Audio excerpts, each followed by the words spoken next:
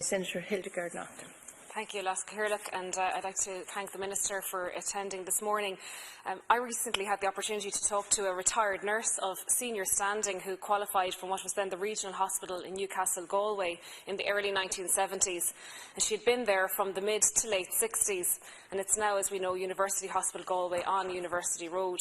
It was a hugely informative discussion. She was able to tell me about the lack of specialisation back then, the handful of surgeons and consultants, about 10 in total, she thought, the conditions that nowadays require a day case or perhaps an overnight procedure that you could have died from 40 years ago. She was able to tell me about the much smaller hospital building in a much smaller town, the fact that it was effectively run by a matron of fearsome repute. She was also able to tell me and list out on a piece of paper, floor by floor, ward by ward, as only a nursing sister can, the number of inpatient beds in University Hospital Galway in 1971. The number was 464, give or take a few. 464 beds in 1971 when the population of Galway was much smaller, when they had a lot less surgeons and consultants, when they were not a centre of excellence, attracting patients from all over the Western Seaboard for oncology, cardiothoracic surgery and cardiology, when patients were not flown there daily from all over Connacht and beyond, from out at sea and the top of mountains for emergency treatment.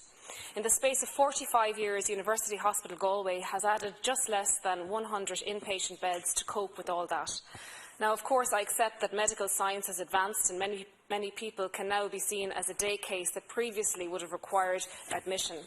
I also accept that our modern health and safety regulation dictates that the amount of beds in a given space back then would no longer be acceptable today. Additionally, some people no longer even need a procedure with the advent of new drugs. And whether this nurse's memory is exactly correct on the numbers or not, I'm not going to argue with her. The fact remains, and the Minister has seen it for himself, that the hospital complex is simply bursting at the seams. It's not just A&E, it's the entire complex. The staff at the hospital, as I'm sure the Minister will acknowledge, do an absolutely wonderful job. The simple issue is a lack of space. The Chief Operating Officer, Tony Canavan, said so himself on Monday. So what's happening at the moment? Well, in order to make space, the physiotherapy department and other sections are being moved across the city away from the acute hospital to Merlin Park. It's hardly ideal. Basically, what is happening there is a daily patch job. Get over the crisis and move on to the next. The blame for this, for the avoidance of doubt, cannot be laid at the Minister's door. We inherited an economy that was broken. We had no money to invest in infrastructure and still have very little. Even if we had the money now, the infrastructure required would take some time to complete.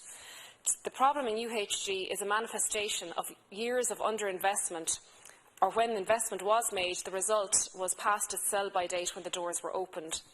The present A&E, for instance, is hardly there 20 years and it's completely unfit for purpose. So what do we do? This government is in office and money or no money, we simply need to plan for the future. And I'm asking the Minister two things this morning. First, to recommit as a matter of priority to trying to get a new A&E unit with shell space for a new maternity department included in the Capital Development Programme. And secondly, to order a comprehensive study of the future bed needs, including bed capacity at University Hospital Galway. This study should take in the development potential of the Merlin Park site and also demographic changes that are forecast for the next 30 or 40 years. It can be fed into the capital programme over the forthcoming years. It should be a long-term plan for the development of the major acute hospital in the west of Ireland over the coming decades, a hospital that saves lives of people from Donegal to Clare, from Connemara to Athlone. And perhaps in this way we can avoid the firefighting that has constituted our health system for decades. I know the Minister, you're a straight talker, and that is very much appreciated, and it's in that spirit that I ask you to consider this request this morning. Thank you, Minister. I want to thank Senator Naughton for raising this issue today. Firstly, I recognise the University Hospital Galway is extremely busy, with 66 emergency department attendances every year, 38,500 inpatient discharges and 76,000 day cases. A number of construction and infrastructure projects are now underway at Galway University Hospital, including the upgrade of the medical gas network and the commencement of enabling works for a new 50-bed acute mental health department. The transfer of acute mental health services to a new purpose-built unit will facilitate the construction of a new radiation oncology project, which is currently in design phase, at the old mental health services site. A significant and welcome construction project, which commenced in May of this year, is the new ward block, which will provide 75 beds in single-room accommodation. Some of that capacity will replace older wards, and some will be additional to address the inherent bed capacity deficit that does exist in Galway. It's also anticipated that work will be completed by the end of 2016. Recognising that the loss of 17 beds in order to commence this building work was unavoidable, 14 additional rehab beds were opened in Merlin Park. In addition, emergency capital funding was approved by the HSE on the 30th of June to create 30 bed spaces in temporary ward accommodation as an interim measure. This additional accommodation will provide additional capacity and enable more effective streamlining of patients through the acute medical and acute surgical assessment units. HSE is also undertaking all actions possible to expedite the procurement of this accommodation without undue delay. The completion of the hospital's clinical research facility and translational research facility building, which is now operational, is another significant development, facilitating clinical research while allowing patients to access state-of-the-art treatment. This is a major advancement for the hospital, as it has been internationally proven that clinical care provided in a research-intensive environment results in best patient outcomes. I referred at the outset to the high level of acuity which takes place at the emergency department in Galway. As well as working closely with the SDU to better manage patient flow through the hospital, Galway has also recruited and allocated experienced general and paediatric nurses and advanced nurse practitioners in the emergency department. However, when we examine the pattern of patients on trolleys each week, it's clear that changes in working practices and better liaison with primary and social care services will make better use of our facilities and smooth out activity in hospitals. In particular, the provision of short-stay beds in the community, transitional beds and additional intensive home care packages and medical care provided by community intervention teams in patients' homes are essential and welcome changes in activity, which means that acute hospital facilities are used by those who specifically require acute medical or surgical care, and the use of the hospital bed is less frequently required.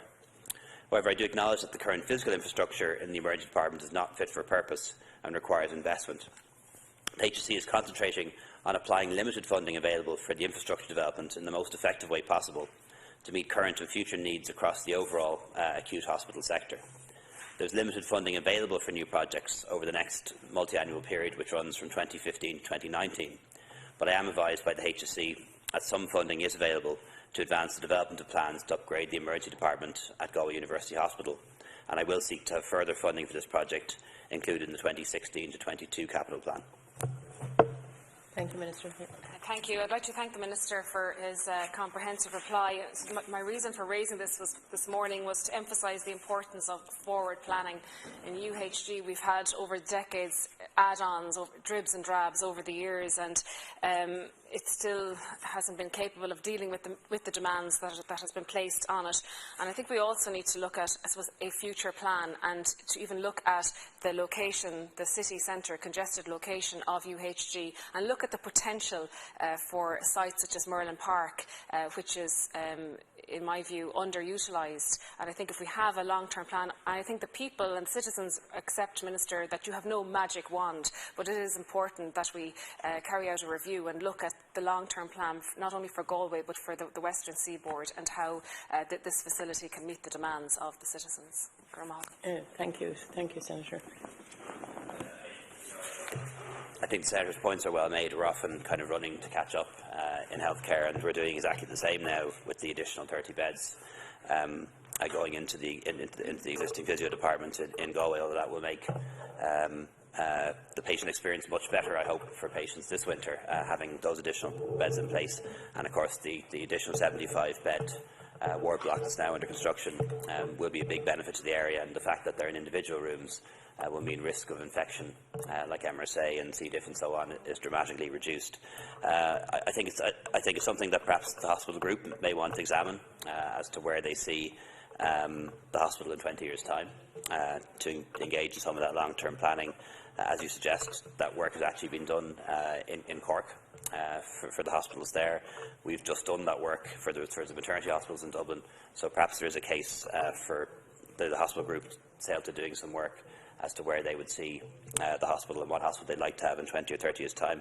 I would say, and I think the story that was related to by that retired nurse is very true and does show how much things have changed. We actually, in the past, needed more hospital beds because we didn't have day cases. People went into hospital for things they don't go into hospital for now, and people couldn't get home as quickly. So over time, we've actually needed less beds, not more. but it's very hard to predict future trends. And one thing that, if you talk to American experts who come here, they say we have too many beds, and they say that we just use them totally inappropriately. And if you go to cancer centres, for example, in America, you'll often find there are no inpatients at all. They stay in a hotel on the campus of the hospital and come in for their treatment every day. The numbers who actually need to be horizontal in a bed on a ward, nurse 24/7, is actually very low.